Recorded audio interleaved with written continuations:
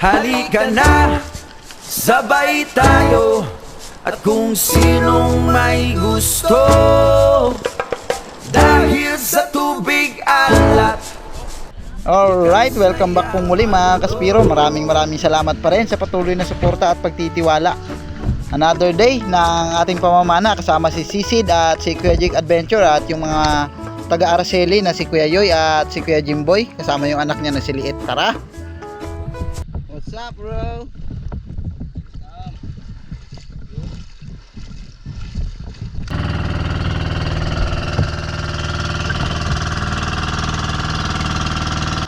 Isla Cambari yung ating target na spot. Pagdating mga Kaspiro ay agad tayong lumusong ng dagat dahil pare-pareho kaming mga excited, pero sa hindi inaasahan na eto, naputol yung ating guma. Pero syempre hindi naging hadlang yan. Habang papunta tayo ng kanto ay nakakita tayo ng green job fish o malaguno at eto yung ating naging unang isda para sa araw na to.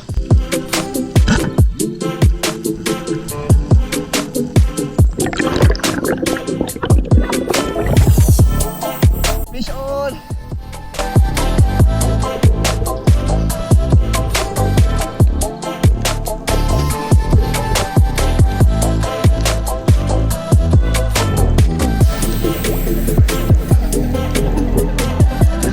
Pero syempre hindi tayo nagtitiwala dahil mahina yung ating rubber, kaya dinikita natin ng gusto yung green job fish na ito o malaguno. Mabuti na lang at pinagkaloob sa atin ng Panginoon.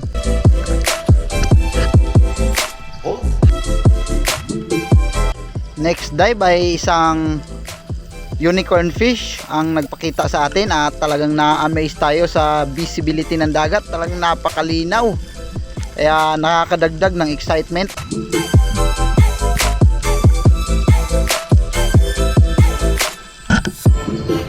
Wow, is fine shot. Buti na lang at protektado pa yung bahura na ito ng mga bantay ng Araceli, kaya hindi pa ganun kaiilap yung mga isda. Talagang sumusugod pa sa tao.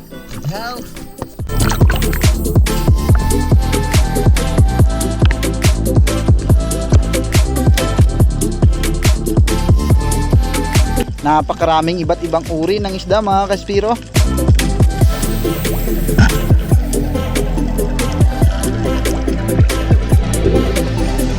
Para sa pangatlo nating isda ay sturgeon fish yung ating nahuli, o labahita at kadlita naman sa ibang tawag.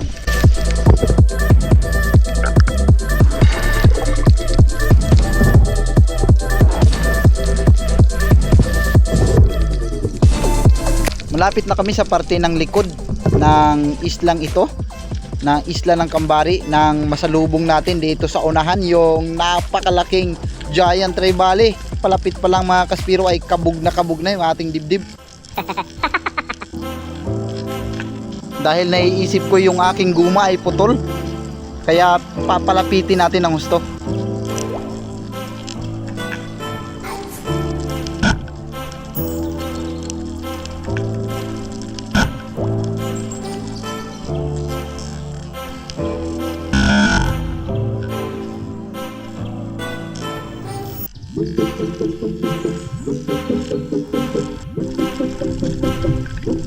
Stone shot men, at dali-dali ko kaagad na kinuha upang ilutang ko ng mabilis na sa ganun ay lumubo yung kanyang tungol, at kung sakali man siyang pumalag ay hindi agad-agad na makakabalik sa ilalim ng dagat.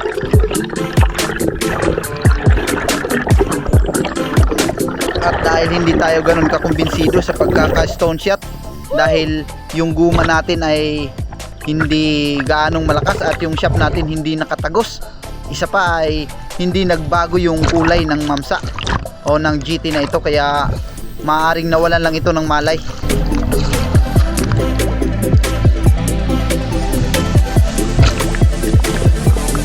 At syempre nung naramdaman kong unti-unti na siya nagkakamalay ay dali-dali kong tinuhog ng lubid, nang sa ganun ay hindi siya makabitaw. Talagang panigurado na mahuhuli.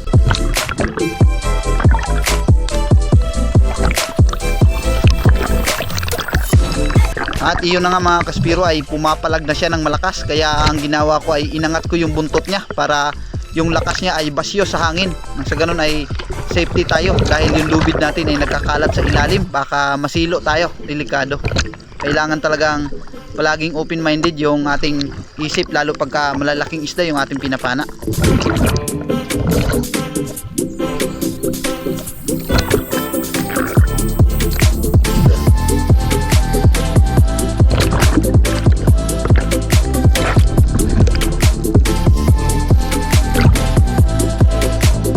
Kasalukuyan na ng pagbuilo niya at binigay niya na talaga siguro yung kanyang natitirang lakas, kaya nahirapan na ako.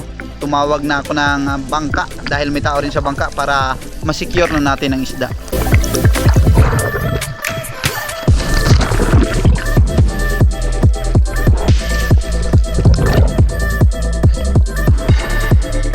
Yeah.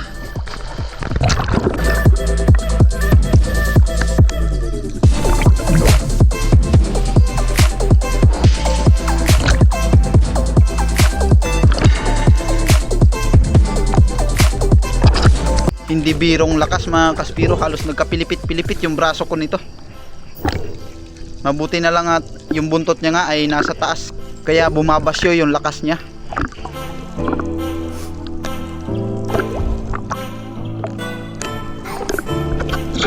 Fish on! Oo nga.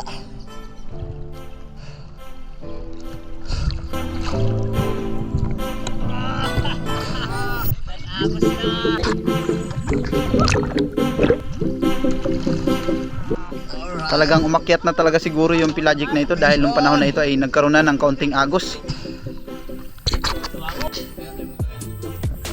Wow, naka-unlock si Sisid ng long nose emperor. Pagkatapos ni Kuya Jimboy na matanggal yung ating shop ay bumaba ulit kami at eto kaagad yung sumalubong sa atin, napakaraming bluefin trevally.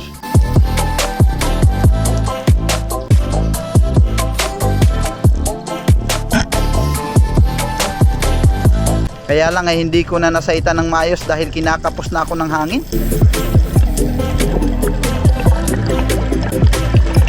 At nung bibirahin ko sana siya pataas mga kaspiro ay sumabit pa talaga sa bato, kaya sumirit na ako pa ibabaw.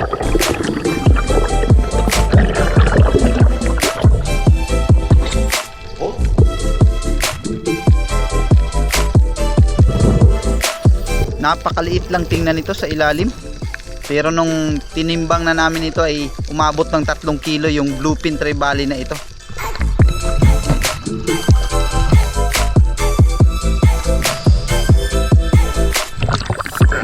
Kaya pala ganun na lang kainit sa kamay kapag binibira niya yung ating lubid na nakakonekta sa buya.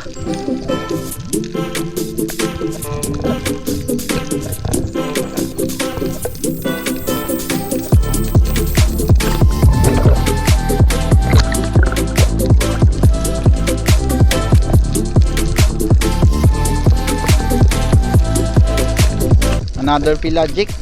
The best talaga kapag may banayad na agos. Timing ng pag-akyat ng mga malalaking isda para kumain sa bahura.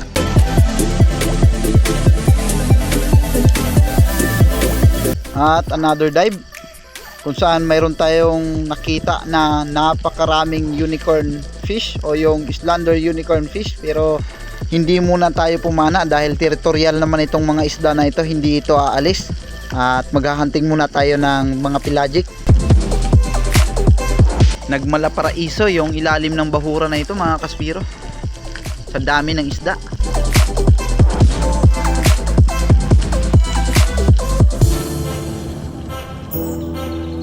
Another target lock, isang malaking midnight snappers yung sumugod sa atin. Marami sila pero siya ang pinakamalaki, kaya siya yung ating pinunteriya na panain. At ito yung sumunod na nangyari.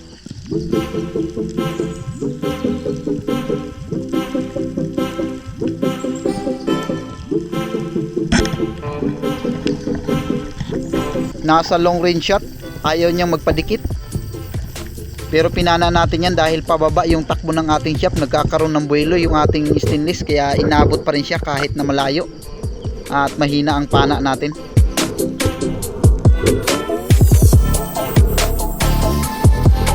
Yun nga lang mga kaspiro, nung malapit na ay napansin kong hindi talaga tumagos yung ating shop. Buti na lang ay umangkla yung ating flapper sa loob ng kanyang katawan.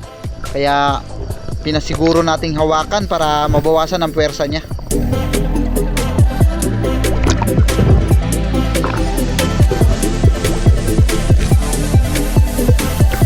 Midnight snappers o ganting o kaya na may bakuko sa ibang tawag ang ating na-unlock ulit. Alright mga kaspiro, nandito tayo sa isla ni Kuya Joven Kumbari. At sa mabuting pagkakataon ay nakadali na tayo ng GT. Estimated siguro mga 15 to 16 kilos yung ate ito. Oh, nakaroon! Amos taron, tararon! Tararan. At syempre pakipollow na rin po yung Facebook page ni ate. Pangalan po? Harriet Rodriguez. Alright, Harriet Rodriguez po. Wow.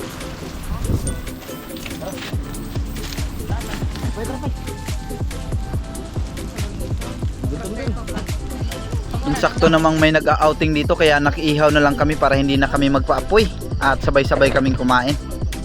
At bumalik na kami sa bangka pagkatapos namin kumain. Nagpatunaw-tunaw muna kami saglit para sa muling pagdive. Ready na ulit kami ni Sisid.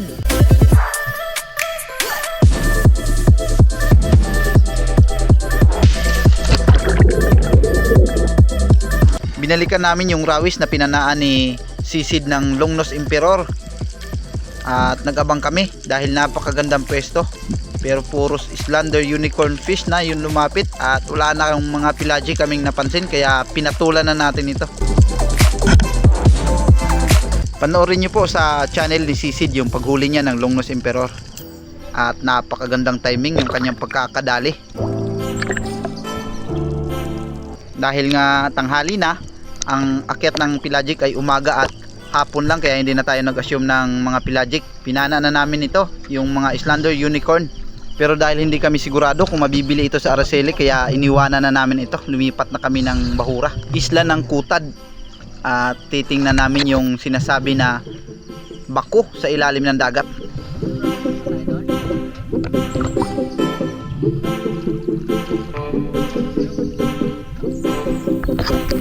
Panibagong spot kung saan may bako at si Kuya Jik ay nakapana na ng surgeon fish. At syempre totoo nga pala talagang may bako sa ilalim ng dagat. At papanain ko sana dito yung Maori Sea Perch o yung kanlay pero alanganin tayo baka tumama yung shop natin sa bakal at mabali ang ating stainless. Ayon kay Kuya Yoy at Kuya Jemboy ay may lumubog daw dito ng Cargos taong 2019 kung hindi ako nagkakamali. Yung grader ay nasa bandang tabi at may kasama pa daw itong kotse. Yung kotse ang hindi namin nakita dahil malabo ang pangantok.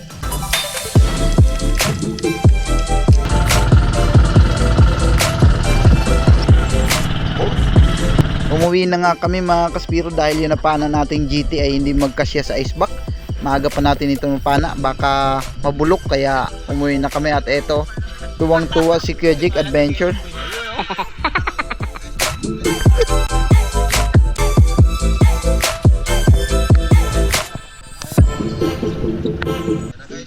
Guys, yung uli ko.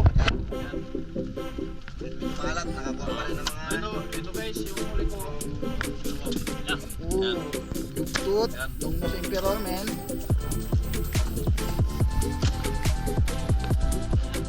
Guys, so kinuha yung malaki, yung malit lang kinuha ko.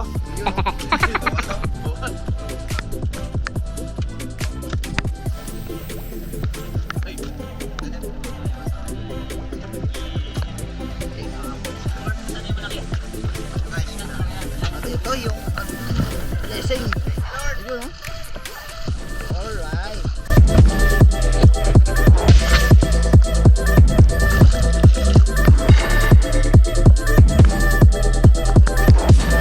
Alright, at syempre maraming salamat sa mga taong tumanggap sa atin sa bayan ng Araceli.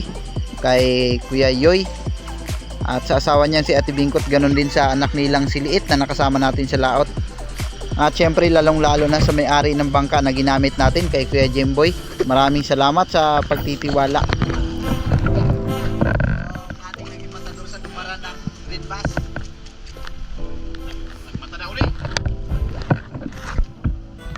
ay long nose emperor naman yung kanyang binibira at meron pang isang midnight snappers.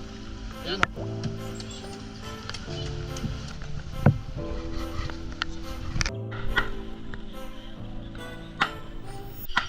Pinatikim ni Sisid ng kinilaw na Islander Unicorn yung mga taga-Araceli dahil hindi pa daw sila nakakatikim. 17 kilos din mga kaspiro yung inabot ng ating GT, pero tag 60 lang ang kilo at nakasobra 2,000 din kami. Ayos na. Laki ng buntot mo, ano ah? Ha? Aray, may tungol. Girahin ko na to. Laki ng buntot ng tungol ah. Hindi akong tungol. Bawal. Buntot ito ng ano? Chairman, ang tungol, dinali na. Malagot na, malagot. Hindi, nakano yan, dugso. Dugso yun. Ito? Kaya na. Uy.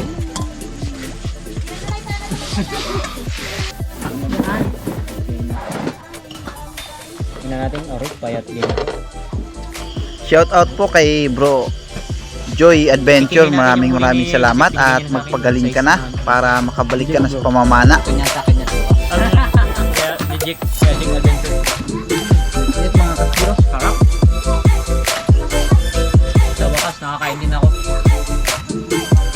Salamatan ko lang po yung mga walang sawang sumusuporta at tumatangkilik sa atin, kay Aarbok TV, kay Joseph Cantar, kay MG Kayaban, kay Tarzan ng Palawan, kay Bro Sisid na nakasama natin, kay Modista Paul, at ganon din kay Kubusa Official. Maraming salamat po.